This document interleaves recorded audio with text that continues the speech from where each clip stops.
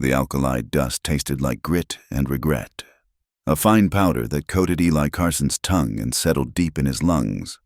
For 3 weeks, it had been his only constant companion, along with the shimmer of heat on the horizon and the dead weight of the revolver on his hip. He rode his weary buckskin down the shallow slope into the mining camp known as Thorn's Gulch, a name that suited the place. It was a jagged wound carved into the earth, teeming with men whose eyes held the same desperate, hollow look as the pits they dug. Tents and crude lean-tos clawed at the edges of the settlement, smelling of sweat, cheap whiskey, and the metallic tang of broken dreams. He swung a leg over his horse, his joints cracking in protest. The ride guarding the gold shipment from Black Creek had been rougher than advertised. 2 attempts by road agents, one near the river crossing and another in the high pass, had left his nerves frayed and his ammunition low, but the gold was delivered. Every last ounce accounted for. Now, all that was left was his payment, $400 in gold coin, enough to buy a small piece of land somewhere green, somewhere the dust didn't choke the very air you breathed. The foreman's tent was the largest, a canvas structure stained with mildew and grime, set slightly apart from the others. Silas Thorne sat behind a makeshift desk built from old crates, a ledger open before him. He was a man whose softness was a deception. His belly spilled over his belt, but his eyes were small and hard, like pebbles in a pigsty. 2 other miners, hulking men with vacant faces and pickaxe handles resting in their thick hands, stood behind him. They didn't so much stand as they loomed. "Carson," Thorne said, not looking up from his book. His voice was oily. "Figured the coyotes had gotten you?" "The coyotes weren't half as ugly as the company I kept," Eli replied, his voice dry as a bone. "The shipment's in. I'll take my pay." Thorne finally lifted his gaze. He closed the ledger with a soft thud. A slow, unpleasant smile spread across his lips, but it never reached his eyes. "There's been a complication. Son, a bit of trouble up the line." Eli's gut tightened. He'd seen this coming from a mile off, could smell the lie on the air before it was even spoken. "What kind of trouble?" "A skirmish," Thorne said, waving a dismissive hand. "Nasty business. Some Apache braves, a few prospectors who got too greedy. The long and short of it is, the strongbox you were guarding got misplaced in the chaos." He leaned back, his chair groaning under the strain. "So you see, there's no gold to pay you with." The air in the tent grew thick and still. Eli's hand instinctively drifted closer to the butt of his Colt. "That's a lie. Thorne, I delivered that box myself to the assay office not an hour ago. Saw them weigh it with my own eyes." Thorne's smile faltered for a second, replaced by a flash of irritation. "Your word against mine, and these 2 gentlemen here." He gestured to the miners behind him. "They'll back my story. Who's a marshal going to believe? A pillar of this community, or a drifting gun hand with dust for pockets?" Rage, hot and sharp, coiled in Eli's stomach. He had spent his blood and sweat for that pay. He had faced down men who wanted to kill him for it. To be cheated by this pig of a man in a dirty tent was more than he could bear. "I want my gold," he said, his voice low and dangerous. "I earned it." "And you'll get your compensation," Thorne said smoothly, his confidence returning. "We ain't without heart here. We believe in paying a man his due. Jed, bring her in." One of the miners disappeared through the tent flap and returned a moment later, dragging something behind him. It was a woman, an Apache woman, her hands bound in front of her by a heavy length of rusted chain that was looped around her neck like a collar. She was young, maybe 20, with high cheekbones and eyes as dark and deep as a starless night. Her black hair was matted with dirt and blood. A fresh bruise was blooming across one side of her face, swelling her eye half shut. Her deerskin dress was torn at the shoulder, revealing angry red welts on her skin. She stumbled but did not fall. Her body held rigid with a pride that seemed impossible under the circumstances. She did not look at Thorne or the miners. Her gaze was fixed on some distant point beyond the canvas walls, a place where she was not this. Eli stared, his anger turning to a cold, sickening disgust. He had seen the brutalities of the war, had witnessed things that soured a man's soul, but this was different. This was not the heat of battle. This was a trophy. "Spoils from that skirmish I mentioned," Thorne announced, a proud tremor in his voice. "A real prize. Took 3 men to subdue her. Got the fire of the devil in her. This one, she's yours.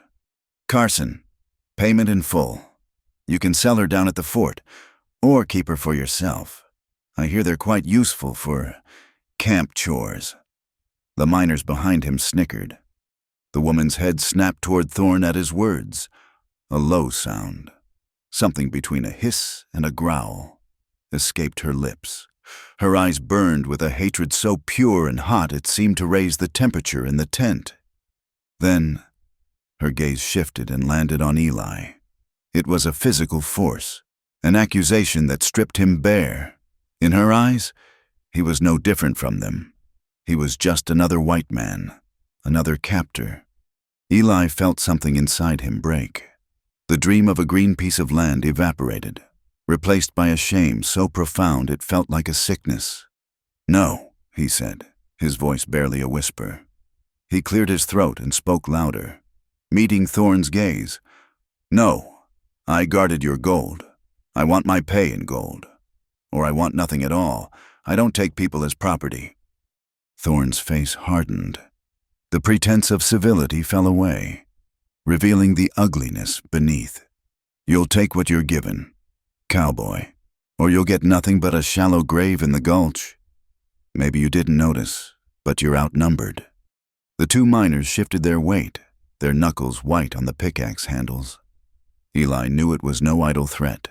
He was one man, exhausted from the trail, against a camp full of Thorne's loyal brutes. A gunfight would be suicide. His mind raced, searching for a way out. He looked back at the woman. Her face was a mask of stone, but he saw the slight tremor in her hands, the tension in her jaw. Leaving her here was a death sentence, a slow, degrading death at the hands of men like Thorne. A desperate, reckless plan formed in his mind. It was a fool's choice, but it was the only one that let him live with himself. He took a slow breath, forcing the tension from his shoulders. "Fine," he said, the word tasting like ash. "I'll take her." Thorne's triumphant grin returned. "Wise choice. A man's got to be practical in these parts." Jed shoved the loose end of the chain into Eli's hand. The iron was cold and heavy, a link between his own reluctant compliance and her silent suffering. He didn't look at her, couldn't bear to see the confirmation of her judgment in her eyes. He turned and walked out of the tent, pulling her along behind him. The chain clinked with every step, a sound that echoed the hollowness inside him. He was a coward, a man who had traded his honor for his life. But as he led her toward his horse, he made a silent vow. He would get her out of this camp, and then he would set her free. The woman, whose name he did not know, followed without resistance. Her steps were steady, her head held high. She was silent, but her silence was a living thing, filled with a watchfulness that prickled the back of Eli's neck. He felt her eyes on him, studying his every move, measuring his worth and finding it wanting. He untied his buckskin, swung into the saddle, and then reached down, offering her a hand. She stared at it as if it were a coiled snake. With a sigh, he leaned down farther, grasped her by the arm, and hauled her up to sit behind him. She was lighter than he expected, but her body was tense as a drawn bowstring. He wrapped the chain around the saddle horn, the cold iron a constant reminder of the ugly bargain he had made. He rode out of Thorne's Gulch without looking back. The jeers and laughter of the miners followed them for a time, then faded, swallowed by the vast, indifferent wilderness. They rode for hours, the sun beating down on them. The only sounds the plodding of the horse's hooves and the soft, rhythmic clink of the chain. He could feel her breath on his back, could sense her coiled stillness. She was not a passive captive. She was a predator in a trap, waiting, watching for the slightest weakness. When they were deep in the broken country of rock and juniper, miles from any trail, he finally reined in the horse. He slid from the saddle and turned to face her. Her dark eyes were unreadable, her expression guarded. He reached for the saddle horn and began to unwrap the chain. She flinched, a small, almost imperceptible movement, as if expecting a blow. His fingers fumbled with the lock on the iron collar. It was old and rusted, and for a moment, he feared he wouldn't be able to open it. He pulled a small file from his saddlebag and worked at the pin, his frustration mounting. Finally, with a sharp crack, the lock gave way. He pulled the collar from her neck, the heavy chain falling to the dusty ground with a final, decisive clatter. He stepped back, giving her space. From his saddlebags, he took a full canteen of water and a leather pouch containing jerky and hardtack. He set them on the ground near her, then backed away further. "You're free," he said, his voice rough. "The water and food should last you a couple of days. The closest settlement is north of here, but your best bet is to head south, back to your own lands. Good luck." He expected her to run. He expected her to disappear into the landscape that was so clearly her home. But she didn't. She stood perfectly still, watching him. She looked at the food and water, then back at him, her gaze intense and questioning. There was no gratitude in her eyes, only a deep, bottomless suspicion. She believed this was a trick, another lie from a white man. Eli didn't know what else to do. He had done what he could. He turned, mounted his horse, and without another word, he rode away, heading west. He didn't look back, but he could feel her eyes on him, a burning presence against his spine. After a while, he risked a glance over his shoulder. She was gone. He felt a pang of something, relief, maybe, and urged his horse onward. But she wasn't gone. An hour later, cresting a small rise, he saw her. She was a tiny figure in the distance, following him. She kept a careful, measured space between them, never getting too close, but never falling out of sight. She moved with an easy, ground-eating stride, a shadow he couldn't shake. He stopped his horse. She stopped too, melting behind a cluster of boulders. He rode on, and soon he saw her again, a persistent dot on the landscape behind him. He didn't understand. He had freed her, given her supplies. Why was she following him? Did she think he would lead her to something? Or was she hunting him, waiting for a moment of weakness to exact her revenge? The thought sent a chill through him. He was a man alone in the wilderness, stalked by a woman who had every reason to want him dead. For 2 days, the silent game continued. He rode, she followed. He camped at night, sleeping with one eye open, his hand on his gun. He would wake in the gray light of dawn to see her small, distant figure already watching from a nearby ridge. She was a ghost, a living embodiment of his shame. On the 3rd day, the sky turned the color of a fresh bruise. The air grew heavy and cold, the wind carrying the sharp, clean scent of snow. A blizzard was coming, a bad one. He urged his horse faster, searching for shelter. The first flakes began to fall, thick and wet, clinging to his coat and the horse's mane. The world dissolved into a swirling vortex of white. He found shelter just as the full force of the storm hit. It was a shallow cave carved into the side of a rock face, barely deep enough to protect them from the wind. He led the horse inside, unsaddled it, and gave it the last of his oats. He built a small, smoky fire from the damp wood he managed to gather, the flickering flames pushing back the oppressive cold. Outside, the wind howled like a hungry wolf. He huddled by the fire, chewing on a tough piece of jerky, the gnawing in his belly a dull ache. He was alone, low on food, and trapped by the storm. He thought of the woman. Surely she had found her own shelter. She was of this land. She would know how to survive. He drifted into an uneasy sleep. the roar of the wind filling his dreams. He woke with a start, a sense of not being alone. The fire had burned down to glowing embers, casting long, dancing shadows on the cave walls. And there, on the other side of the fire, she sat. She was huddled against the rock, her arms wrapped around her knees, shivering uncontrollably. Her hair and clothes were caked with snow. Her face, illuminated by the dying fire, was pale and drawn. But her eyes were wide and alert, fixed on him. He didn't move, didn't speak. He just watched her. She had come in from the storm, seeking the warmth of his fire. The predator had become a supplicant. He reached for a piece of wood and tossed it onto the embers. The fire flared up, and in the renewed light, he saw the exhaustion etched on her features. She was not some supernatural spirit of vengeance. She was a person, cold and hungry and fighting to stay alive, just like him. He pushed the remains of his jerky and a half-empty canteen toward her. She looked at the offering, then at him. He gave a small nod. After a long moment of hesitation, she reached out a trembling hand and took them.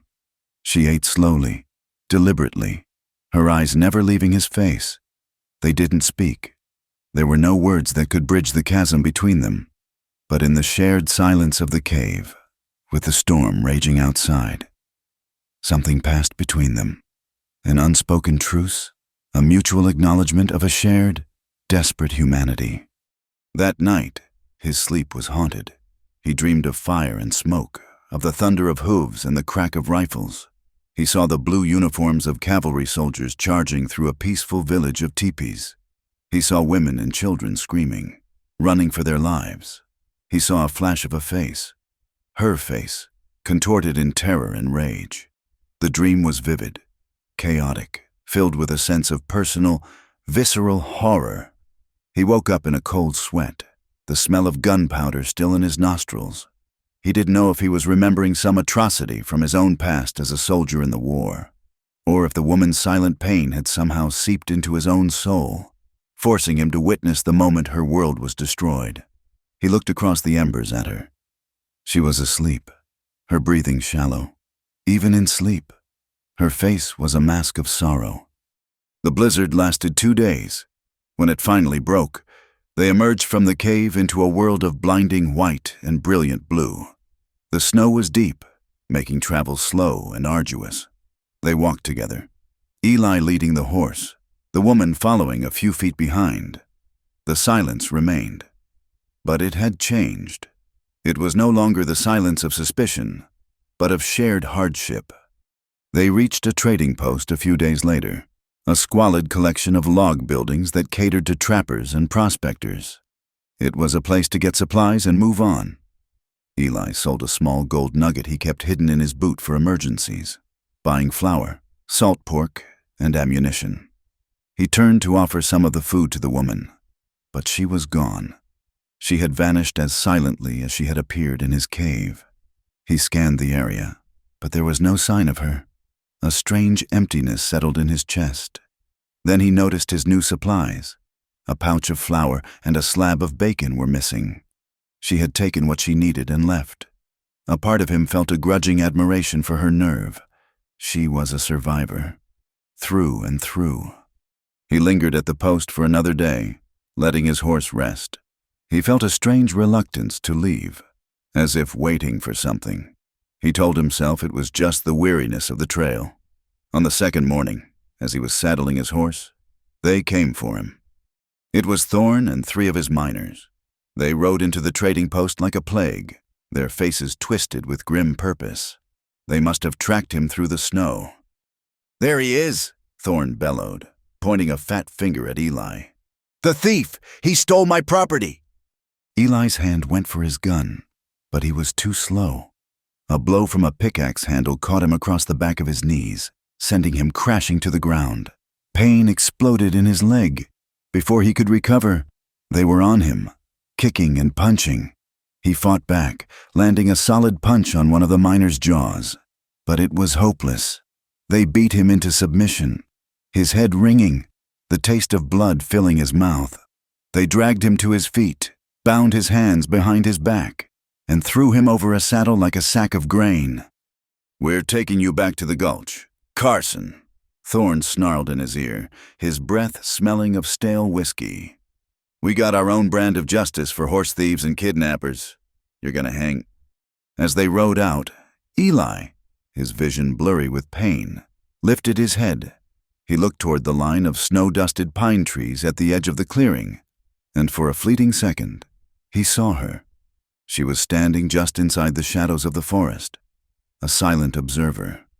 Her face was impassive, her dark eyes watching as the men who had enslaved her now dragged him away to his death. She watched, and she did nothing. The world came back to Eli in fragments of pain and the rumble of distant thunder. He was lying on a bed of damp straw inside a foul-smelling tent, the coppery taste of blood thick in his mouth. Through a slit in the canvas, he could see the sky had turned a bruised, angry purple. A storm was brewing, the same kind of storm that had trapped him in the cave with her. His hands were bound tightly behind his back, the rope biting into his wrists. A crude gallows, its frame a dark skeleton against the darkening sky, was being constructed in the center of the gulch. They were serious. They were going to hang him. Fever was beginning to set in, a hot, disorienting haze that made the shadows in the tent dance. The beating had left him with a suspected broken rib, and his leg throbbed with a deep, insistent agony. Panic, cold and sharp, tried to claw its way up his throat, but he swallowed it down. Panic was a luxury he could not afford. He listened. The wind was picking up, rattling the tent flaps, and the first heavy drops of rain began to spatter against the canvas. Shouts and curses from the miners outside were carried on the wind as they scrambled to secure their shelters. This was it. This was his only chance. He began to work at the ropes, twisting and pulling, his raw wrists screaming in protest. The knot was thick and expertly tied. It was useless. He rolled onto his side, the movement sending a javelin of fire through his ribs, and began searching the dirt floor with his bound hands. His fingers brushed against something hard and sharp, a shard of a broken whiskey bottle, half buried in the grime.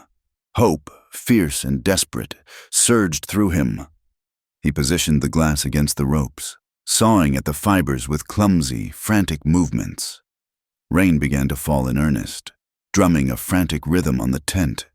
A blast of wind ripped at the canvas, and he heard Thorne bellowing orders outside. They were distracted. He worked faster, the glass slicing into his skin along with the rope. He felt a strand give way, then another. The rain became a deluge, turning the ground outside to thick, sucking mud. With a final, desperate wrench, the rope parted. Eli scrambled to his feet, swaying, his head swimming with fever. He ripped a strip of cloth from the bottom of his shirt and quickly fashioned a crude bandage for his bleeding wrists. He had no weapon, no horse, and was barely able to stand. But he was free. He crept to the opening of the tent and peered out. The camp was in chaos. Men ran through the downpour, their lanterns casting wild, distorted shadows. The half-finished gallows looked forlorn in the rain. He slipped out of the tent, hugging the shadows. Every step was a fresh torment for his injured leg. He moved toward the edge of the camp, toward the deep ravines that cut through the landscape. He knew if he could reach them, he might have a chance. He stumbled through the mud, the cold rain plastering his hair to his skull, his breath coming in ragged gasps. He was almost clear when a figure emerged from a nearby tent, blocking his path. It was one of the miners who had beaten him. The man's eyes widened in surprise, and he opened his mouth to shout a warning. Eli didn't hesitate. He lunged forward, all his remaining strength and desperation channeled into a single, brutal movement. He slammed his shoulder into the man's chest, driving him backward. The miner slipped in the mud, his head cracking against a large rock with a sickening thud. He lay still.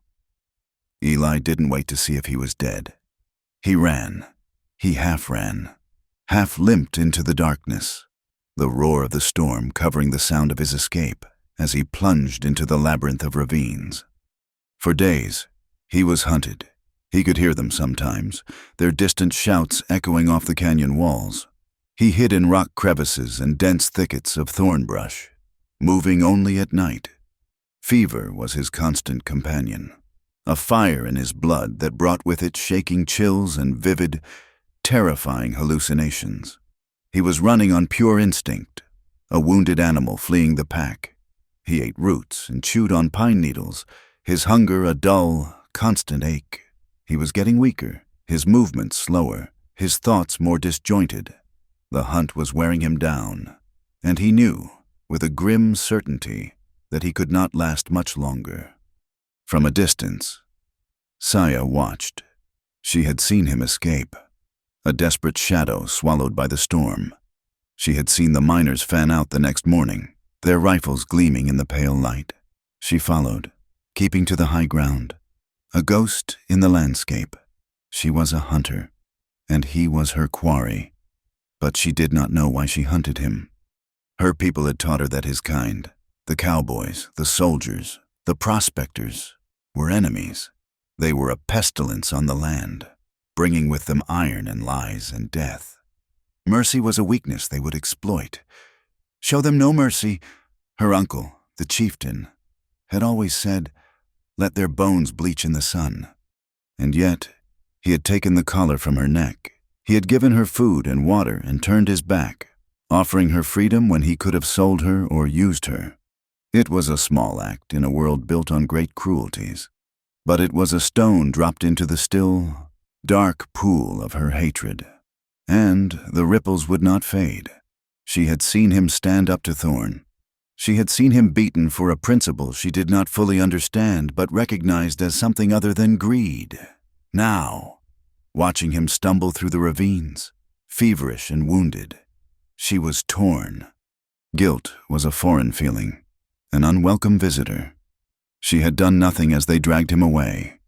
She had followed the teachings. She had shown no mercy. So why did it feel like a betrayal? Why did the image of his face, bruised and bloodied but still defiant, haunt her? She told herself she was only curious. She wanted to see how the white man died when stripped of his horse and his gun. But it was a lie, and she knew it. As she moved, memories surfaced, unbidden. She remembered another woman, a white woman with kind, sad eyes and hands that were always busy with a needle and thread. Her name had been Abigail, and she was the wife of a missionary who had come to their village 2 winters before the soldiers. Abigail had taught her to speak the white man's tongue, to read their strange markings on paper. She had spoken of a God of love and forgiveness, ideas that seemed as alien and distant as the moon. Saya had been her prized pupil, quick and eager to learn. She had been the niece of the chieftain, a girl with a bright future, a bridge between 2 worlds. Then the soldiers came. The memory was a scar on her soul, a landscape of fire and screams. It came to her in flashes, the smell of burning leather, the thunder of cavalry horses, the sharp, final crack of the rifles. Abigail had stood before her teepee, her arms outstretched, pleading with the soldiers in their own language. A sergeant had shoved her to the ground and ridden on. Saya never saw her again. They had rounded up the survivors like cattle. That was 2 seasons ago. 2 seasons of chains and cages and the leering eyes of men like Thorn. The girl who had read books and dreamed of peace was dead, buried under a mountain of pain and rage. Only the survivor remained. She saw Eli fall. He had been making his way along a dry creek bed when his legs finally gave out. He pitched forward into the sand and did not move again. Saya watched from the ridge above for a long time, her heart a cold, heavy stone in her chest. The miners were close. She could hear their calls to the south. If she left him, they would find him. They would take him back and hang him. Justice would be done. The world would be as it should be. She turned to leave. She took 3 steps, then stopped. She remembered the cave, the shared warmth of the fire, the way he had pushed the last of his food toward her without a word. He had seen her not as an Apache, not as a woman, not as property, but as a person freezing in a storm. He had shown her mercy. With a low curse, she scrambled down the rocky incline. He was unconscious, his breathing shallow and labored. His face was flushed with fever, and the wound on his leg was angry and inflamed. She rolled him onto his back, a nasty gash on his side, likely from a rock during his escape, had torn through his shirt and was seeping blood. It was a bad wound, deep and dirty. Left like this, it would kill him. She debated for a full minute, the teachings of her people at war with the unfamiliar stirrings of her conscience. To help him was to betray her ancestors, to invite a fox into the den. To leave him was to become as heartless as the men who had captured her. In the end, it was not a grand decision about right and wrong, but a simple, practical one. She could not walk away. From the pouch at her waist, she took the supplies she had stolen from him at the trading post. She also had a small sewing needle and a spool of dark thread she had lifted from the trader's counter. With the sharp point of her knife, she cut away the blood-soaked fabric of his shirt. She cleaned the wound as best she could with water from her canteen, her touch surprisingly gentle. Then, with a steady hand, she began to stitch the torn flesh together. It was crude work, but it would hold. She bandaged the wound tightly with another strip of his shirt. She splinted his leg with 2 straight branches and strips of leather. Then she waited. He woke to the smell of wood smoke and the soft touch of a damp cloth on his forehead. He opened his eyes. The world swam into focus slowly. He was lying on a bed of soft pine boughs, a small fire crackling nearby. Saya was kneeling beside him, her expression unreadable as she bathed his face. He tried to sit up, but a searing pain in his side and leg forced him back down with a groan. "Lie still," she said. Her voice was low and quiet, the first words she had ever spoken to him. "The wound will open." He stared at her, his mind struggling to make sense of it. She had saved him. The woman who had every reason to leave him to die had saved him. "Why?" he rasped, his throat dry. She did not answer. She simply finished cleaning his face, then rose and walked to the other side of the fire. The message was clear. She had helped him, but they were not friends. This was not forgiveness. It was something else, a debt paid or a bargain struck, and he did not know the terms. For the next week, they camped in a hidden alcove, a deep scar in the rock that was invisible from above. Saya nursed him with a detached efficiency. She hunted, bringing back rabbits and squirrels, which she cooked over the fire. She changed his bandages and checked his wounds, her touch impersonal, clinical. They barely spoke. Their communication was one of gestures and shared glances, but in the quiet rhythm of their days, a strange sort of partnership began to form. They were 2 solitary creatures, bound together by circumstance and survival. As his strength returned, she began to test him. He didn't realize it at first. The tests were subtle, a series of small trials to gauge the nature of the man she had saved. One evening, she roasted a small rabbit over the fire. She tore off a single leg and handed it to him, keeping the rest for herself. It was a meager portion for a man recovering from a fever, barely enough to blunt the edge of his hunger. He ate it slowly, gratefully, and did not ask for more.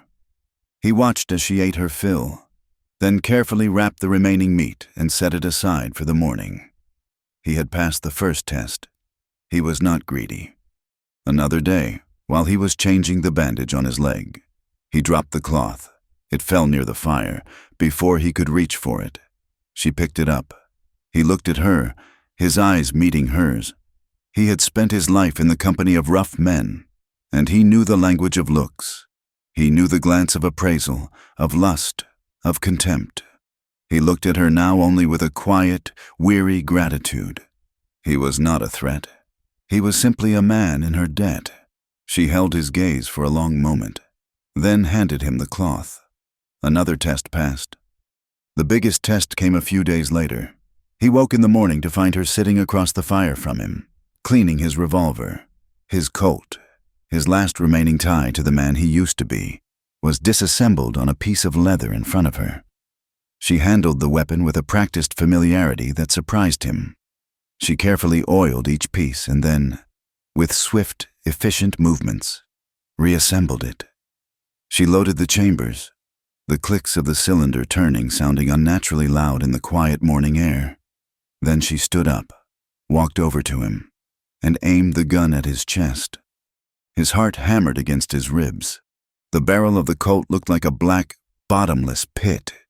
Her face was a cold, hard mask, her finger resting lightly on the trigger.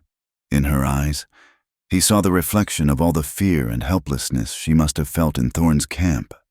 She was showing him what it felt like to be completely at another's mercy, to have your life held in someone else's hands. He did not flinch. He did not plead. He simply looked at her and waited. After a long, tense moment, she lowered the gun. She held it out to him. But first, he took it, his hand trembling slightly. The weight of it was familiar, reassuring, but it felt different now. She had given it back.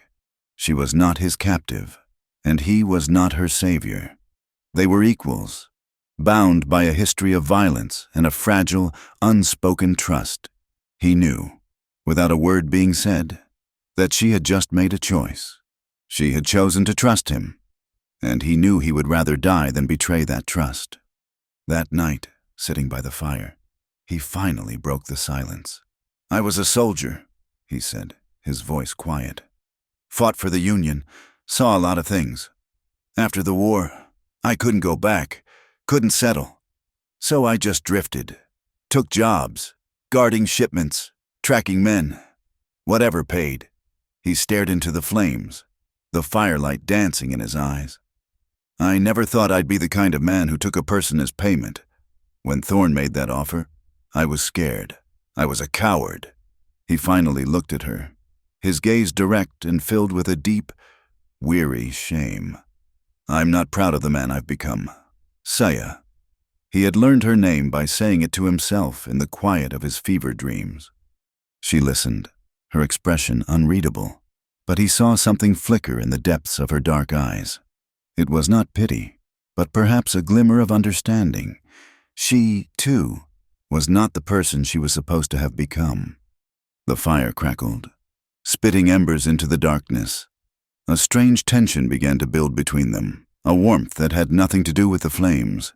He was intensely aware of her presence, of the way the firelight caught the curve of her cheek, the quiet strength in her posture. He saw her glance at him, her lips slightly parted. A spark, sudden and unexpected, leaped across the space between them. It was a raw, powerful current of desire, born not of affection, but of loneliness and shared trauma, a desperate human need to connect in the face of a brutal, indifferent world. He leaned forward slightly, drawn by an invisible force. Saya saw the look in his eyes, felt the shift in the air, and a wave of fear and confusion washed over her. She scrambled to her feet, her body tense. She turned her back to him, wrapping her arms around herself. The moment was broken. She was not ready. She did not know what that feeling was, but it terrified her. It was a vulnerability she could not afford, a betrayal of the cold, hard shell she had built around her heart. Meanwhile, the story of their escape was already beginning to travel. In dusty saloons and lonely outposts, whispers turned into rumors. They spoke of a gun hand named Carson who had escaped a hanging in Thorne's Gulch, and they spoke of the company he kept. An Apache woman, they said, a runaway. Some called her his captive, others his bride. The story grew with each telling, painting a picture of a desperate outlaw and a wild, untamed woman, a dangerous pair roaming the territories. And with the stories came the posters, nailed to the doors of trading posts and marshals' offices. Wanted Eli Carson, for theft and murder. A reward was offered, and for the Apache woman with him. There was a bounty. They were no longer just survivors. They were being hunted again. They traveled for a week, moving through a landscape that grew increasingly harsh and vertical. They were heading for the Dragoon Mountains, a jagged spine of rock that offered 1,000 places to hide and 1,000 places to die. It was Saya who found the ranch. She had seen the thin ribbon of green from a high ridge, a sign of water in a world of parched brown and gray. They followed the small, spring-fed creek down into a narrow canyon, its high walls providing cover from the prying eyes of the open plains. The ranch was little more than a ruin, a small, two-room adobe house slowly surrendering to the elements. The roof had partially collapsed, and the single corral had long since lost its gate. But the walls were thick and sturdy, and the spring ran clear and cold. A handful of gnarled fruit trees, planted by some hopeful soul long since departed, still clung to life nearby. To Saya, it was a sanctuary. "We stay here," she said, her voice quiet but firm. "Hide. Wait for the snows to melt from the high passes." Eli looked at the crumbling adobe walls, the enclosed space of the canyon. After a life spent under an open sky, the place felt like a cage, a tomb. He had been running for so long. The thought of stopping was unnerving. A man who stops moving is a man who can be found. But he looked at her, at the deep, weary lines around her eyes, and saw a profound need for stillness, for a place where she did not have to look over her shoulder every second. He nodded. For a little while, he agreed. The isolation of the canyon worked on them, peeling back the layers of silence and suspicion. There were no more long miles to fill the days, no immediate dangers to sharpen their senses. There was only the canyon, the crumbling house, and each other. The silence, once a buffer, became an empty space that begged to be filled. They began to talk. It started with practical things. He showed her how to properly clean and care for his revolver, explaining the delicate mechanics of the trigger and hammer. Then, he taught her how to shoot it. He set up a row of tin cans on a fallen log and stood behind her, his hands guiding her stance, his voice low and steady in her ear. "Don't fight it," he said, his breath warm against her cheek. "Just breathe. Let the breath out slow, and squeeze the trigger on the empty. Don't pull it." Her first shot went wide, the recoil jarring her, but the second hit a can with a satisfying ping. A small, almost imperceptible smile touched her lips. She learned quickly. The gun in her hands was no longer just a symbol of his world. It was a tool, something she could master. It was power. In return, she taught him her language. She pointed to the sky and said, "Yeah." She touched the cold water of the spring and said, "Two." She taught him the names of the plants they gathered for food, the word for fire, for stone, for man. Each word was a gift, a small piece of the world that had been stolen from her. For Eli, learning her language was like discovering a hidden map. The land he had only ever seen as an obstacle, a thing to be crossed or conquered, began to reveal a deeper, more intricate character. They worked together to make the small house habitable, patching the roof with mud and branches, clearing the debris from the floor. They fell into a rhythm, a domesticity that felt both strange and deeply comforting. In the evenings, they would sit by the fire, the vast, starry sky of the canyon their only ceiling. It was in those quiet moments that the real talking began. He told her about the farm in Ohio where he had grown up, about the feel of black earth in his hands, about a war that had torn his country and his soul apart. He spoke of the things he had seen, the men he had killed, the gnawing emptiness that had driven him west. She spoke of her childhood, of learning to track deer with her uncle, of the stories the elders told of the creation of their people. She told him about Abigail, the missionary's wife, and the books she had read.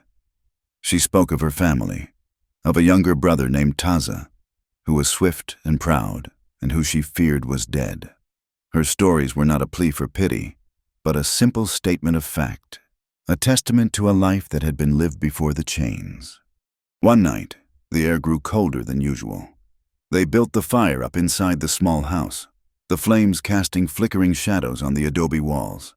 The space was small, intimate, the tension that had sparked between them before, back in the hidden alcove, returned, thicker and more potent in the enclosed space. He could feel the warmth of her body, smell the scent of wood smoke in her hair.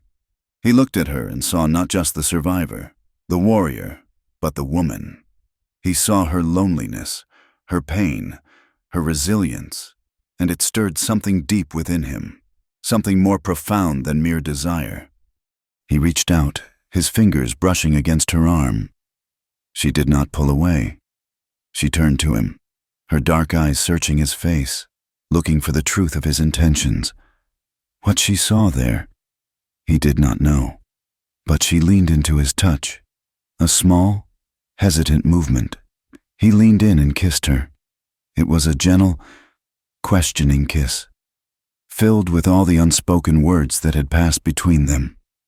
She responded, her lips parting, her hand coming up to rest on his chest. What they shared that night was not the simple, furious passion of two young lovers. It was something quieter, more desperate. It was a tender collision of two wounded souls, a search for solace in a world that offered none.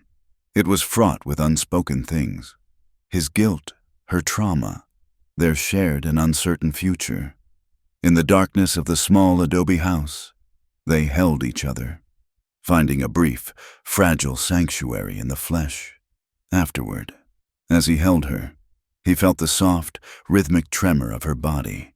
She was crying, silently, into his shoulder, a quiet, heartbreaking release of a pain too deep for words. He woke the next morning to an empty space beside him. Panic, cold and immediate, seized him. He sat up, his heart pounding. The house was empty. He pulled on his boots and ran outside, his eyes scanning the canyon. He found her down by the creek, a small fire burning beside her, and in the fire, he saw the glint of metal. It was the chain and the iron collar from Thorn's Gulch. He hadn't realized he still had them, tucked away in the bottom of his saddlebag like a grim relic. She was feeding the chain into the heart of the fire, her face set in a grim, determined mask. The iron glowed a dull, angry red.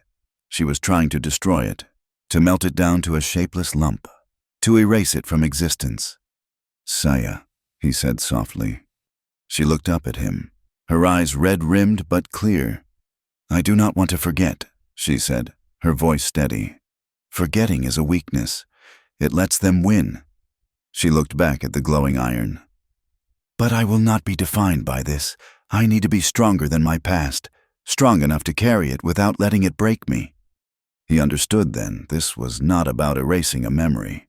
It was an act of alchemy, an attempt to transform an instrument of her bondage into a symbol of her strength.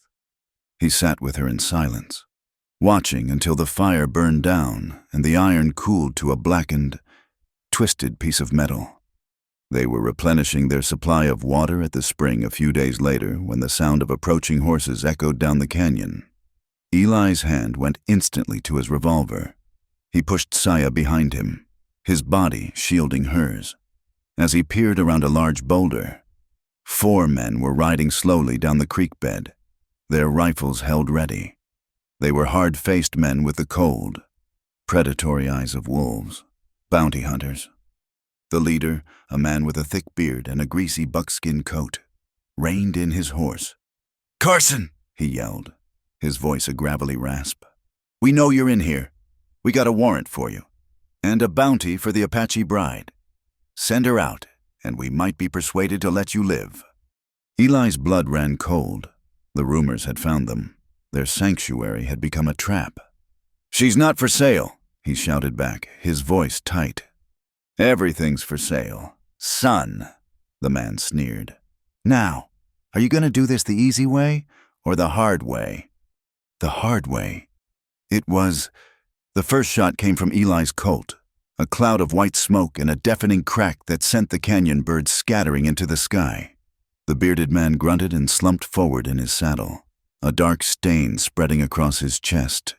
He was dead before he hit the ground. The other 3 men scattered, diving for cover behind rocks and trees, their rifles barking in response. Bullets whined past Eli's head, chipping stone from the boulder he used for cover. He fired back, but he was pinned down, 1 gun against 3. Then, from his left, Another shot rang out. It was not the deep boom of a rifle, but the sharper crack of a revolver. One of the bounty hunters cried out, clutching his shoulder as he stumbled back, his rifle clattering to the ground. Eli risked a glance. It was Saya. She had circled around through the rocks, armed with his spare revolver, which he had been teaching her to use. Her face was calm, her hands steady as she took aim again. The fight was over as quickly as it had begun. Seeing their leader dead and one of their own wounded, the remaining 2 bounty hunters lost their nerve. They helped their injured comrade onto his horse and fled back up the canyon, leaving their dead leader behind. Silence descended, broken only by the gentle gurgle of the spring and the buzzing of flies. Blood soaked the dusty ground, a stark, crimson violation of their peaceful refuge. Eli's hands were shaking, the adrenaline slowly draining away, leaving him feeling hollow and cold. He looked at Saya. She was staring at the man she had shot, her expression a mixture of shock and grim resolve. The blood had changed everything. He was no longer just a man on the run for a crime he didn't commit. He had killed a man to protect her. He was now a murderer in the eyes of the law. He was being hunted not for what he had done, but for who he was with. He had made a choice, and the consequences were written in blood on the canyon floor. They buried the bounty hunter in a shallow grave, piling rocks over it to keep the coyotes away. That night, the mood by the fire was somber. The easy companionship they had built was overshadowed by the violence of the day. "I never asked you to save me," Saya said suddenly, her voice low. She was staring into the flames, her face a mask of conflicting emotions. "I never asked for any of this." "I know," Eli said quietly. She turned to him, her eyes searching his. "These men, they hunt me like an animal. They hunt you because you are with me. I do not understand what is in your heart. I do not know this feeling you call love. It is a white man's word for a weakness I cannot afford." She took a deep breath. "But I will not be taken again. I will not wear chains. I will fight, and I will fight beside you."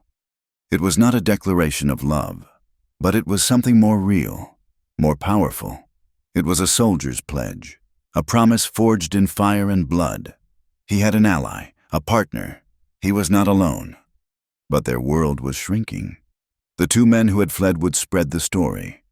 A white man and an Apache woman, traveling together, killing bounty hunters. The story would reach the forts, the army patrols. It would no longer be a matter for local marshals and bounty men. The military would get involved. They were no longer just outlaws. They were fugitives in a private war. A few nights later, Saya woke from a fitful sleep with a cry. Eli was instantly awake, his hand on his gun. She was sitting up, her breath coming in ragged gasps, tears streaming down her face. "I saw him," she whispered, her voice choked with emotion. "Taza, my brother, he is alive. I saw him in a dream. He is in the mountains, to the north. He is hurt, and he is hiding." In the world she came from, a dream was not just a dream. It was a vision, a message from the spirits. Eli looked at her, at the desperate hope shining through her tears. To go north was to ride directly into the jaws of the beast. The army patrolled those mountains, hunting for the scattered remnants of her people. To go north was to invite a confrontation they could not possibly win. It was suicide. He thought of the small farm he had once dreamed of, a quiet life in a green place. That dream was long dead. His life was here, now, in this canyon, with this woman. Her fight was his fight. Her hope was his hope. "All right," he said, his voice steady and sure. "We'll find him." They left the canyon at dawn, 2 small figures swallowed by a vast, unforgiving landscape. The country they entered was a testament to the savagery of the last decade. They rode across plains of scorched grass, where entire buffalo herds had been slaughtered for their hides, their white bones a ghostly monument to the waste. They navigated broken mountains where the rock itself seemed to have been shattered by some primal rage. This was a land haunted by the ghosts of prospectors, soldiers, and Apache warriors. A place where paths crossed in silence and ended in bursts of fire. Eli had always prided himself on his ability to read the land, but he quickly learned that he had only ever been reading the surface. Saya taught him to see the deeper truths. She showed him how a single bent twig could signal the passage of a shod horse, how a pattern of disturbed stones could reveal the direction of a cavalry patrol. She taught him to listen to the birds, to understand that the sudden silence of jays meant a predator was near, whether it was a mountain lion or a man. He learned that the land had a language, and he had been illiterate his whole life. Their conversation changed. The long, soul-bearing talks of the canyon gave way to a sparse, efficient communication. A gesture, a single word in her language, was enough. He no longer felt like her protector, and she was no longer his dependent. They were partners, two halves of a single, functioning whole. He was the gun, the raw strength. She was the eyes, the instinct, the knowledge that kept them alive. They moved as one, their senses intertwined, their survival dependent on a trust that was now as essential as air and water. But trust could not conjure horses out of thin air. Eli's buckskin was old and weary, and for them to have any chance of reaching the northern mountains before the deep snows, they needed fresh mounts. That meant a town. It meant facing the world of men again, the world that had put a price on both their heads. They found what they were looking for after 2 weeks of hard travel. A desolate outpost called San Simon. Little more than a single dusty street with a cantina, a livery stable, and a handful of crumbling adobes. It was a place where no one asked questions because everyone had a past they wanted to forget. It was dangerous, but it was their only option. "We go in together," Eli said as they looked down on the settlement from a low ridge. "We'll be husband and wife, a farmer and his quiet spouse, looking to buy a couple of horses to start a new life." Saya's face was unreadable. "A white man's wife?" "It's the only way," he said, his voice grim. "They'll be looking for a man traveling with an Apache captive. They won't be looking for a family." She nodded slowly, a flicker of something, resignation, perhaps, or a deep, weary irony in her eyes. She pulled her hair back, tying it with a strip of leather, and drew her blanket tighter around her shoulders, shadowing her face.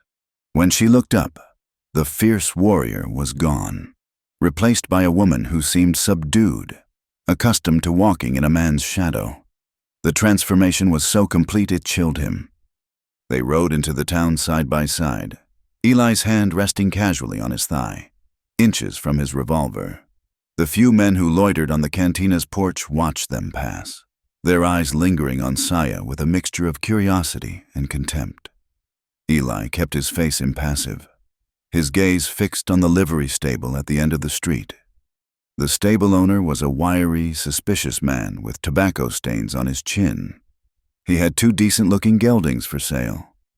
Eli haggled over the price, playing the part of a poor but determined farmer.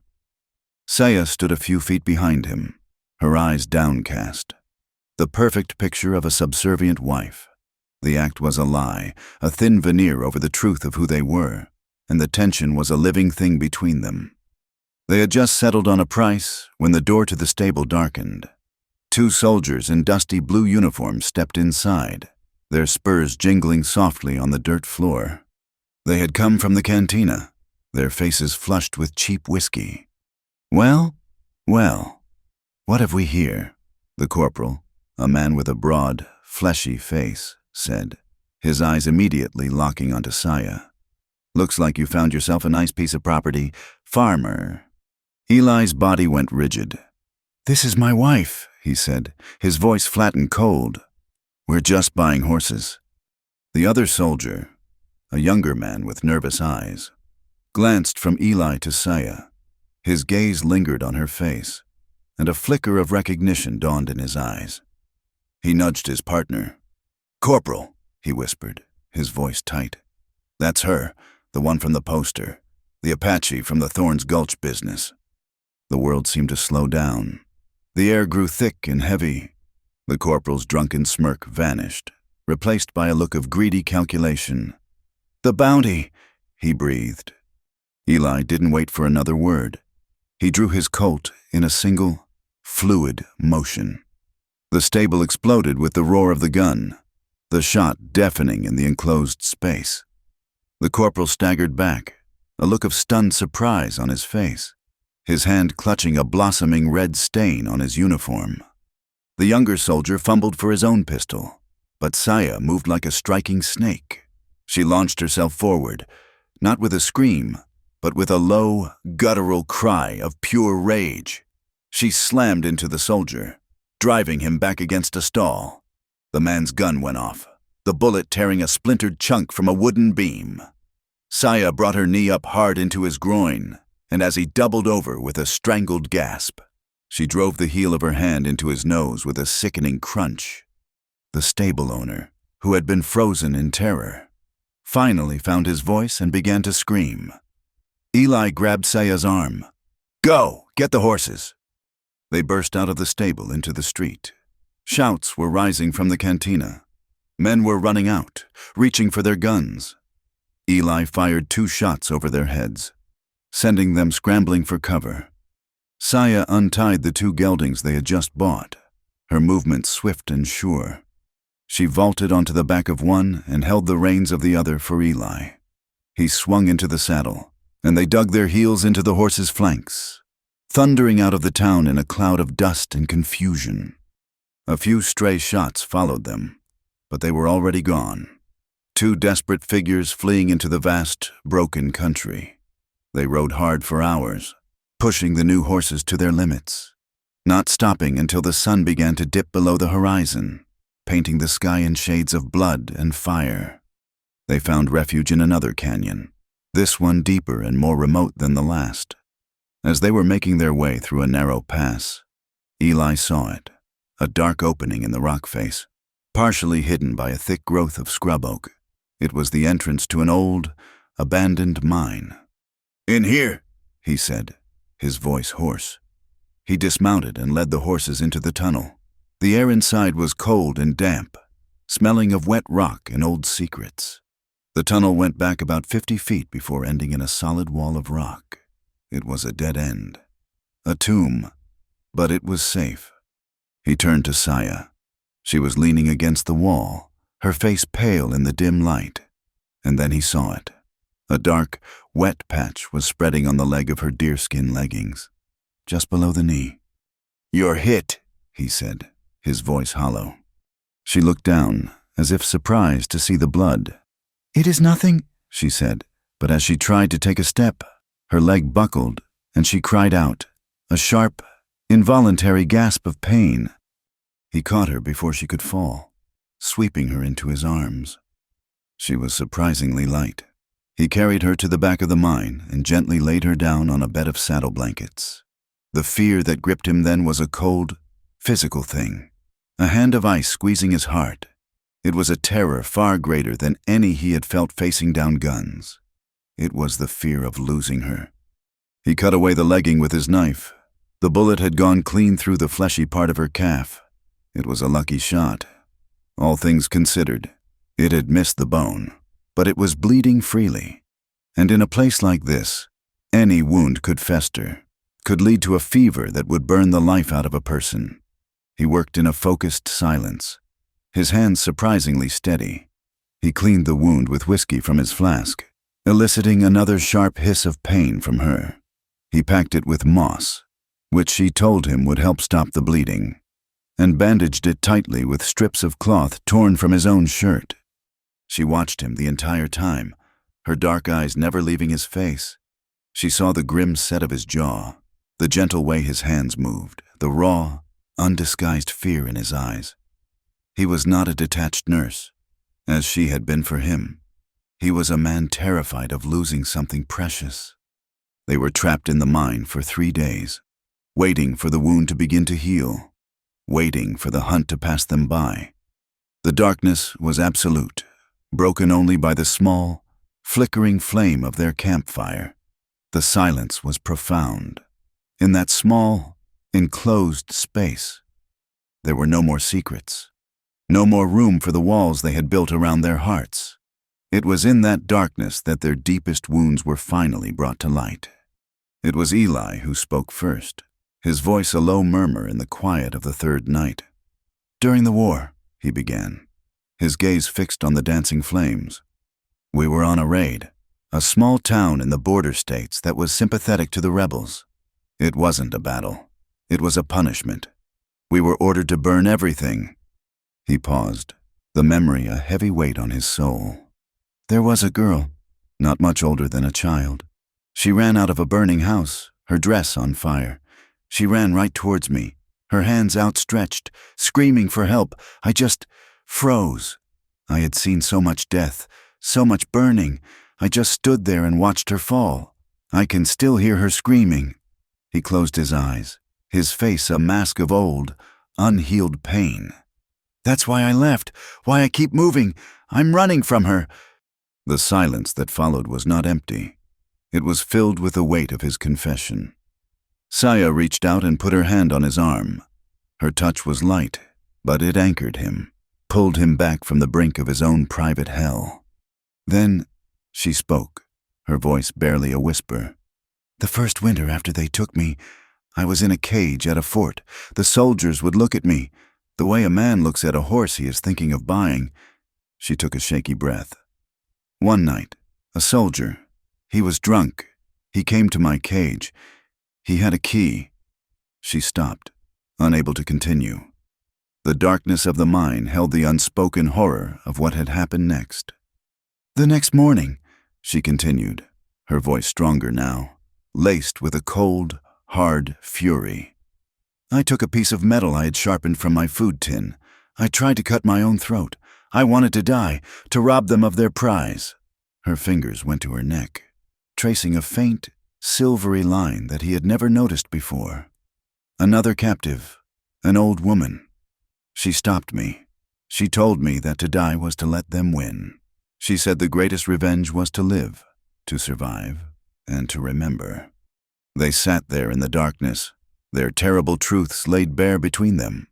He, the soldier who had failed to save an innocent.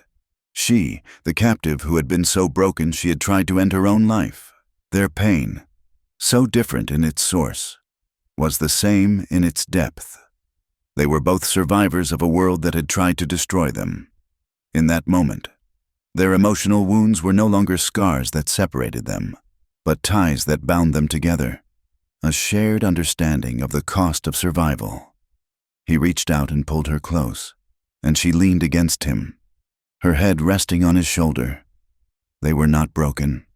They were forged. On the fourth day, Saya could walk, albeit with a heavy limp. The time for hiding was over. Her dream of her brother was a fire in her belly, a purpose that overshadowed the pain and the fear. They emerged from the mine, blinking in the bright sunlight. Two people irrevocably changed from the ones who had entered. As they saddled the horses, a cold wind began to blow from the north. Eli looked up at the sky. It was a flat, uniform gray, the color of slate. A single, perfect snowflake drifted down and landed on the back of his hand, where it melted instantly. Then another and another. A quiet, determined flurry began to fall, dusting the harsh landscape with a soft, white blanket. The snow was falling again. It was just like the day he had first seen her in Thorn's Gulch, bruised and in chains. But this time, when he looked at her, he did not see a captive. He saw his partner, his equal, his reason for fighting. And when she looked at him, she no longer saw a captor. She saw the man who had shared the darkness with her and had not looked away. They turned their horses north, toward the mountains, and rode into the heart of the falling snow, together. The higher they climbed into the mountains, the more the world dissolved into a realm of white and gray. The air grew thin and biting, and the trees became ghosts of pine and fir, their branches heavy with snow. They moved through a profound silence, broken only by the crunch of their horses' hooves and the whisper of the wind through the high passes. This was Apache land, a final, rugged fortress against an encroaching world. and Eli felt like an intruder, a trespasser in a sacred place. But Saya moved with a new confidence, a sense of homecoming. Her eyes, which had been watchful and wary on the plains, were now sharp and knowing. This was her home, and it was here that her hope lay. She found the trail marker on the third day, a small, almost invisible carving on the lee side of a granite boulder, the sign of the Chiricahua, her people. It was a sign of life, a promise that her dream had not been a feverish illusion. They followed the faint trail for another day, deeper into the mountains, until they came to a hidden valley, sheltered from the wind and invisible from the surrounding peaks. A handful of wickiups, crude shelters made of branches and hides, were clustered near a steaming hot spring. A thin plume of smoke rose from a communal fire, the only sign of warmth in the frozen landscape. This was not the thriving village of Saya's memories. This was a refugee camp, a last, desperate hiding place for a people on the verge of extinction. The few figures who moved among the shelters were thin and wore patched, threadbare clothes. Their faces were etched with grief and hunger, their eyes hollow. A young boy spotted them first and ran to sound the alarm. Within seconds, men emerged from the wickiups, their old, mismatched rifles held at the ready. Their faces were hard, their suspicion a palpable force. Eli instinctively reined in his horse, his hand hovering near his colt. Saya called out a greeting in her own tongue. The tension in the camp eased, but only slightly. An old woman with a face like a dried apple stepped forward, her eyes squinting to see the newcomers. Her gaze fell on Saya, and a look of disbelief, then of dawning joy, spread across her features. She rushed forward, chattering in a fast, emotional torrent of Apache. Saya slid from her horse and embraced the old woman, a sob catching in her throat. It was her aunt, over the old woman's shoulder. Saya's eyes scanned the small group of survivors, searching, desperate, and then she saw him. He stood slightly apart from the others, a tall, lean figure wrapped in a worn cavalry blanket. His face was thinner than she remembered, all sharp angles and shadows, but it was him, Taza, her brother. The joyous cry died in her throat. The boy she remembered, the one with the quick laugh and the easy smile, was gone. In his place stood a man with the cold, dead eyes of a veteran who had seen too much. The war had burned the youth out of him, leaving behind something brittle and hard. "Taza," she whispered, her voice trembling. He looked at her, his expression unreadable. Then his gaze shifted to Eli, who was still mounted, his face a grim, stoic mask. Taza's eyes narrowed, and a deep, ugly sneer twisted his lips. He spoke to Saya in their own language, his voice sharp and contemptuous. But Eli didn't need a translation. He could read the hatred in the man's eyes. He saw the way Taza's gaze swept over him, taking in his worn cowboy hat, his revolver, his white skin. He was the enemy. He was the reason their people were hiding in a frozen valley, starving and broken. Saya answered him, her voice pleading. She gestured from Eli to Taza, her hands describing a story he could not understand but felt in his bones. It was the story of her capture, of his intervention, of their journey. Taza listened, his face a mask of stone. When she was finished, he spat on the snow-covered ground. He took a step toward her, his voice dropping to a low, menacing hiss. He called her a name, a word that made her flinch as if struck. Then he looked at Eli and switched to a broken, heavily accented English, for his benefit. "You bring this cowboy to our sacred places. Have you forgotten the soldiers? Have you forgotten our father? He is a snake, little sister, and you have let him into our home." He turned his back on them both, a gesture of ultimate dismissal. The reunion Saya had dreamed of had turned to ash in her mouth. The small band of survivors took them in, but the welcome was strained, tainted by Taza's open hostility. They were given food, a thin, watery stew of rabbit and roots, and a place by the fire. but they were treated as outsiders. Eli bore the suspicious stares and muttered comments in silence. He understood their hatred. He had worn the blue uniform. He had been a part of the machine that had crushed their world. He had no right to expect their forgiveness. That night, Taza confronted his sister again, pulling her away from the fire, away from Eli. Their argument was a low, angry murmur, a battle of whispers in a dying camp. Eli watched them, a dull ache in his chest. He was the wedge that had driven them apart. He was the source of her new pain. Later, she came to him, her face pale and drawn in the firelight. "He wants you to leave," she said, her voice flat, devoid of emotion. "He says a white man cannot be trusted. He says you will betray us." Eli had been expecting this. He had been preparing for it.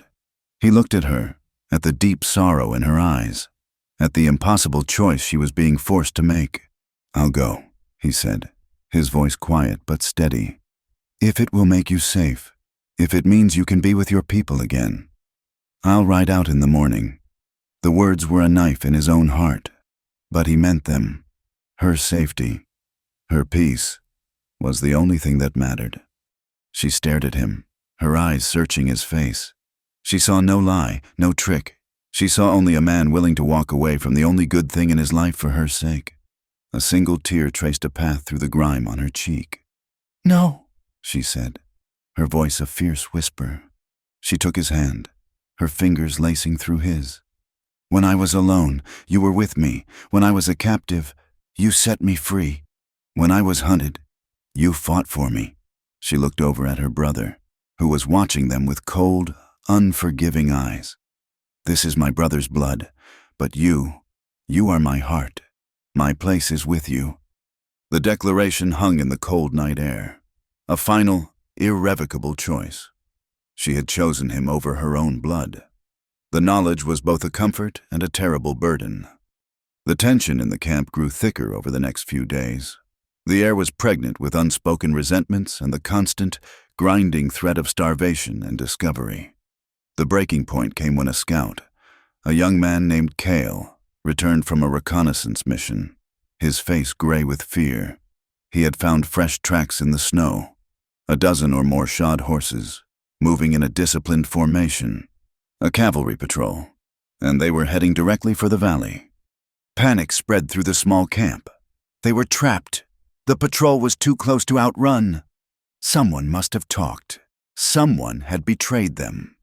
Taza's furious gaze immediately fell on Eli. "It was him," he roared, pointing a trembling finger. "He led them here. He was a soldier. It is a trick, a white man's trick." "That's not true," Saya said, stepping in front of Eli. "He has risked his life for me, for us." But Taza was beyond reason. His grief and rage, simmering for so long, had found a target. He was a man possessed by a single, terrible certainty. With a wild cry, he drew a long, wicked-looking knife from his belt and lunged at Eli. Eli, caught by surprise, barely had time to react. He threw himself backward, stumbling in the deep snow. Taza on top of him in an instant. The knife blade flashed in the firelight, plunging down toward his throat. Eli caught Taza's wrist, his muscles straining against the younger man's furious strength. They wrestled in the snow.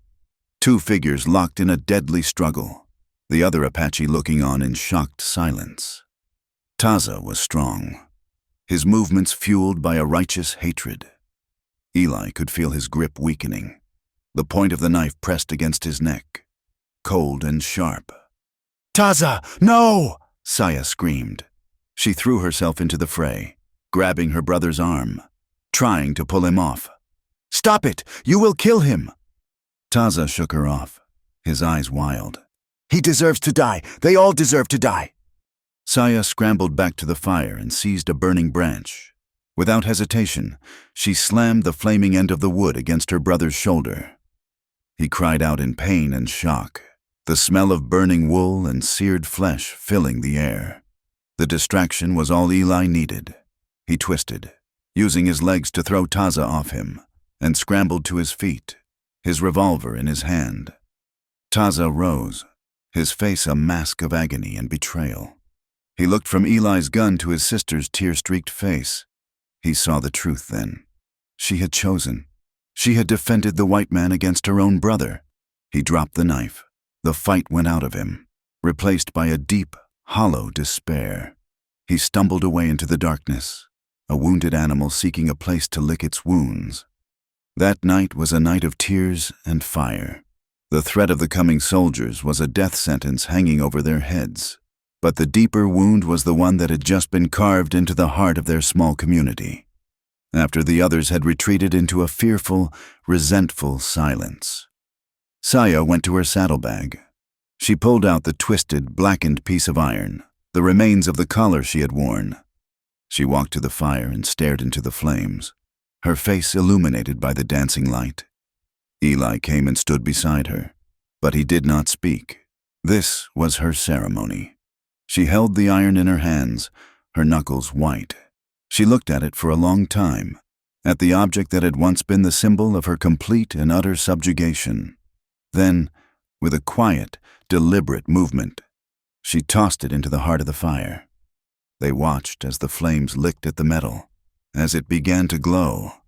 First a dull red, then a bright, burning orange. "It has no more power over me," she whispered, more to herself than to him. "My life is my own. My heart is my own." She was finally, truly free. Not because he had unlocked her collar, but because she had, in her own heart, refused to be a prisoner any longer. The quiet, personal victory was short-lived. The soldiers were coming. They had to run. The old chieftain, a man named Geronimo, gathered the small group together. There was one chance. He said, a narrow, treacherous pass on the far side of the ridge, a goat trail that was nearly invisible in the snow. If they could reach it, they might be able to slip away before the soldiers sealed off the valley.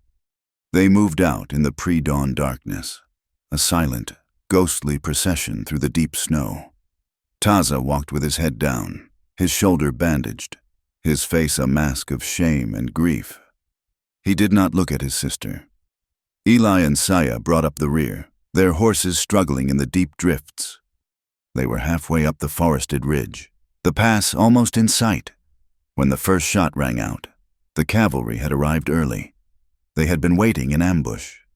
The quiet forest erupted into a nightmare of sound and fury. Gunshots echoed off the rocks, bullets ripping through the trees, sending splinters of bark flying. The screams of men and horses mingled with the roar of rifles. Eli shoved Saya behind a thick pine tree and began firing his revolver at the blue-coated figures moving through the trees below. The Apache, though outnumbered and outgunned, fought back with a desperate ferocity. They were fighting for their lives, for their very existence.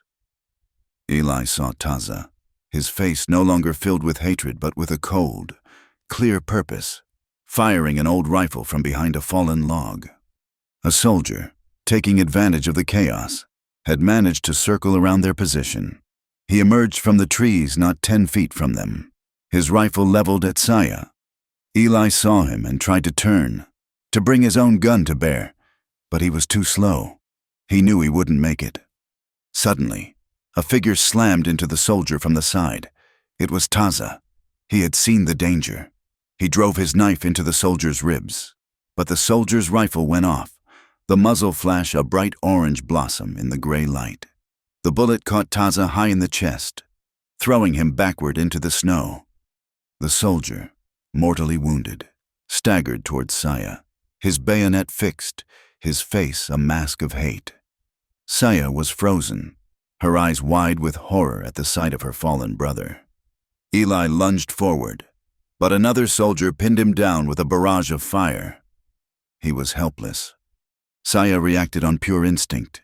She drew the long skinning knife that Eli had given her from her belt. As the soldier lunged, she sidestepped and drove the blade up under his ribs with all her strength. It was not a distant shot. It was intimate, a terrible, visceral act of violence. She felt the blade grate against bone, felt the man's hot breath on her face as the life went out of his eyes. He collapsed at her feet, his blood a shocking crimson stain on the pure white snow. She stood there for a second, the bloody knife in her hand, her body trembling. She looked shaken, but her eyes were calm, her face set. It was the first time she had killed a man up close. It had changed her. "Saya!" Eli yelled, pulling her back to the reality of the battle. He grabbed her hand and pulled her up the ridge. The fight was lost. The survivors were scattering, melting away into the forest. They looked back once. Taza lay in the snow, his blood staining the ground around him, his eyes staring sightlessly at the gray, indifferent sky. They scrambled through the hidden pass, two lone figures fleeing a battlefield. Behind them, the sounds of the firefight faded. Ahead of them lay only an unknown, uncertain future. The snow began to fall harder, a thick, silent curtain blanketing the battlefield, covering the dead and erasing their tracks. The desert south of the border was a different kind of harsh. It was not the cold, clean brutality of the high mountains, but a slow, baking desolation that bleached the very color from the sky. Here, the law of man was a distant rumor, and the only rules were those dictated by the sun and the scarcity of water. It was in this unforgiving landscape that Eli and Saya found a home, or something like it. Weeks had bled into months since the firefight on the snowy ridge. The memory of Taza's body, a dark stain on the white snow, was a silent ghost that walked beside them. A grief too profound for words. They had ridden south until the mountains gave way to cactus-studded plains, and the air grew thick with a dry, shimmering heat. They found a place that others had abandoned, a tiny, crumbling adobe house nestled near a seep spring at the foot of a sun-blasted mesa. The bones of the man who had built it lay half buried in the sand a few yards from the door, a testament to the desert's final victory. They buried the bones and claimed the ruins as their own. Their life fell into a simple, quiet rhythm, dictated by the needs of survival. They acquired a small herd of goats from a traveling trader, their bleating a welcome sound of life in the immense silence. Eli repaired the collapsed roof of the adobe, his hands, once accustomed only to the cold steel of a gun, growing calloused from the unfamiliar work of shaping mud and straw. Saya created a small garden, coaxing stubborn life from the dry, sandy soil. They lived quietly, their days measured by the slow crawl of shadows across the desert floor. They were scarred, both inside and out. He walked with a permanent limp from the beating in the gulch, and she carried the thin, silvery line on her neck like a secret map of her past. But in the quiet evenings, sitting outside their small house, watching the stars blaze to life in the ink-black sky, they found a fragile, hard-won peace. It was not safety. They knew it was not safety. It was merely a reprieve. The reprieve ended on a blisteringly hot afternoon. A rider appeared on the horizon, a lone, dark speck in the shimmering heat haze. It was not the erratic movement of a prospector or the cautious approach of a native. The rider moved with a steady, inexorable purpose. It was the law. Eli was checking the spring, a half-mile from the house. Saya saw the rider first. She did not run. She did not hide. She simply wiped the sweat from her brow, picked up the spare revolver that was now always at her side, and walked out to meet him. He was a marshal, a tall, gaunt man with a drooping gray mustache and eyes the color of a faded blue sky. He looked tired, not just from the trail, but from a lifetime of enforcing a brutal and often unjust law in a land that resisted it. He reined in his horse, his eyes taking in the small, tidy homestead, the goats, and the woman who stood before him, her back straight, a revolver held loosely at her side. He had seen the poster. He recognized her immediately. "I'm looking for a man named Eli Carson," the marshal said, his voice a dry rasp. "He has a warrant out for murder, last seen in the company of an Apache woman." "He is not here," Saya said, her voice calm and even. Her English was better now, practiced in the quiet hours with Eli. The marshal's gaze swept over her. He was a man who noticed details. He saw the faint scar on her neck. He saw the way she stood. Not like a captive, but like a landowner defending her property. He saw the look in her eyes, a look that had seen too much death and had no fear left. This was not the runaway slave the posters described. This was something else entirely. "Ma'am," he said, his voice softening slightly. "I've been on the trail a long time. My horse is tired, and I am, too. The bounty on his head is $500. On yours, it's $100. I'm just a man doing my job." Saya did not move. From a small leather pouch at her waist, she took out a heavy deerskin bag. She held it up. It clinked with a solid, weighty sound. "I have gold," she said. The marshal's eyes narrowed. "It was stolen from the men at Thorn's Gulch," she continued, her voice level. "The men who put a collar on my neck. The men who tried to hang him for a crime he did not commit. The man you just saw, a dead bounty hunter. He had this, it is blood money, but it spends the same as any other." She tossed the bag onto the ground between them. It landed with a heavy thud. "There is more than $600 there. Take it. Your job is done. The man you are looking for died in the desert. Leave us be." The marshal stared at the bag of gold, then back at her. A complex mixture of emotions played across his weary face: duty, temptation, and a deep, profound weariness with the whole bloody business. He had seen 100 men like Carson, men who had gotten tangled up in something and ended up on the wrong side of a rope. And he had seen what the westward expansion had done to people like her, the casual cruelty, the endless, grinding violence. He looked at the small, defiant woman, at the home she had clawed from the dust, and he saw the immense cost of her survival. He sighed, a long, slow exhalation of breath. He had a choice. He could do his duty, drag a broken man and a scarred woman back across the border to face a mob's justice and collect his blood money. Or he could ride away. He could let the desert keep its secrets. Without a word, he reached down, picked up the bag of gold, and tucked it into his saddlebag. He looked at her one last time. "Others will come," he said, his voice a low warning. "They won't be as tired as I am." He turned his horse and rode away, not looking back, a lone figure disappearing back into the shimmering heat from which he had come. When Eli returned, Saya told him what had happened. He looked at the place where the marshal had stood, then at her, and a slow, quiet understanding passed between them. She had not bought their freedom. She had claimed it. She had faced the law on her own terms and won. But the marshal's warning proved prophetic. The real threat did not come with a badge and a warrant. It came with the familiar stench of greed and revenge. They came at dusk, a week later. 4 riders, moving fast, their faces grim in the fading light. Eli saw them from the roof, where he had been patching a hole. His blood ran cold. The man in the lead was Silas Thorne. The foreman from the mining camp had not forgotten.